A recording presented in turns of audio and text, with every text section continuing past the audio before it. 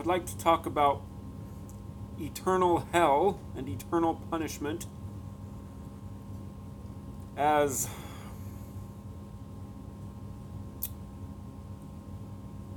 taught by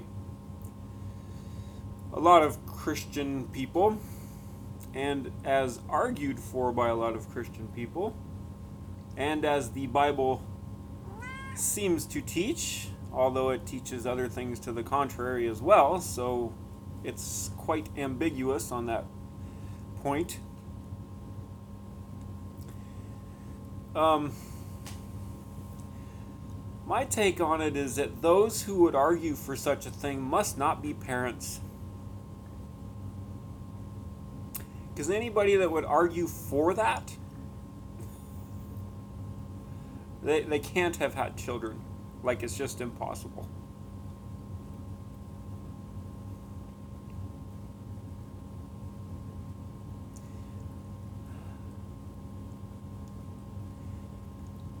Every parent in the entire world knows exactly what they would do for their kid. At least I do. And I suspect all parents do. It's called anything, everything. Tear down all the walls, borders, limits. You just go beyond it all. That's how much you love your kids.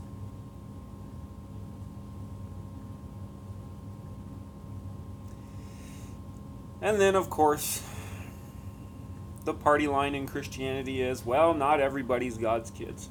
All right, well, let's look at that. Let's look at what the Bible has to say about that. So Jesus is sitting there talking to the crowds, and he says, quote, "Call no one on earth your father, for one is your Father, that is God." Is Jesus the authority, or is he not? He's the most authoritative voice in the Bible, that's for sure. Besides God the Father himself, as a lot of people will say. But we know that they're one and the same, and Jesus said, if you've seen me, you've seen the Father, and all those tons of verses that talk about them being one and the same, and etc. So we can pretty much guarantee that Jesus knew what he was talking about there. So I don't know. You tell me. And then we could quote the second most authoritative voice in the Bible, Paul the Apostle, who, when he was in Athens,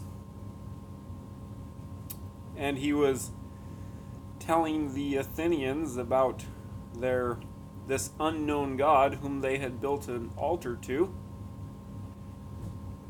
he stated very succinctly that, quote, "Since we are his children, then," unquote. Yes, thank you, I'm very aware of the rest of the verses in the Bible that say that those who have put their faith in Christ have been given the right to be called children of God, etc., etc., etc. So again, here we have a case of the Bible being very ambiguous. Why is the Bible so ambiguous? Well, that's a subject for another video. In this video, I just want to make the point that any parent knows the lengths they would go to for their child.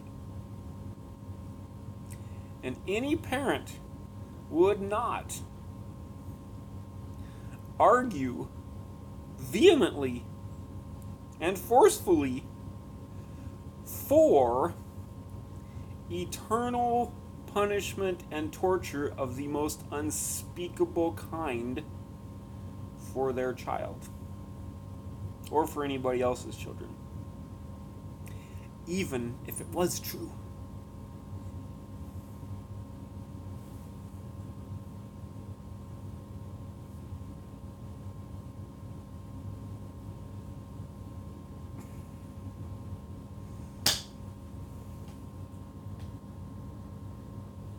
I don't know, man.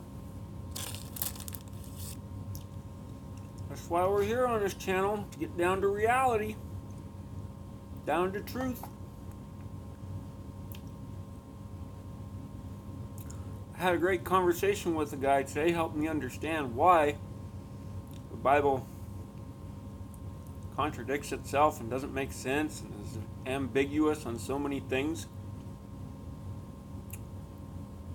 This is the best explanation I've ever heard. It's because the Bible, when you view it through a lens of tradition and religion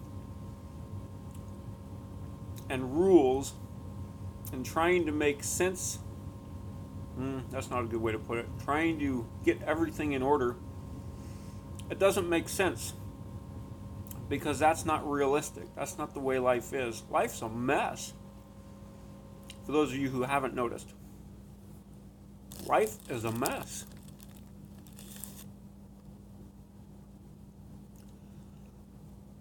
So the Bible must be viewed through a lens of relationship, which is the goal of existence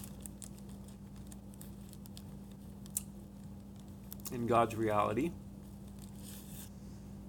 And when you view it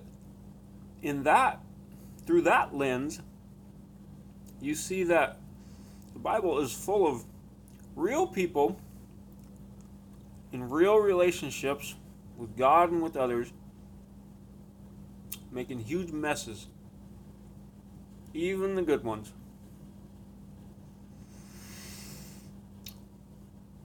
The Bible is not a book of rules and regulations. The Bible is a book of relationship.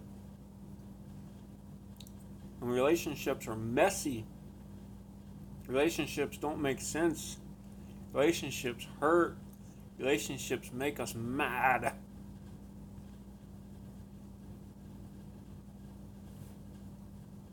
That's what happens to me when I read the Bible. Relationships help us too. The Bible helps me. The Bible does a lot of things. Helps me, builds my faith, perplexes me, makes me mad, confuses me.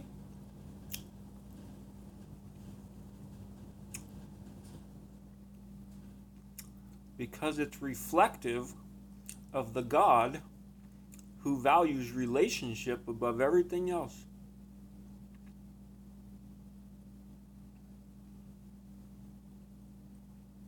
And especially relationship with his children. All of them.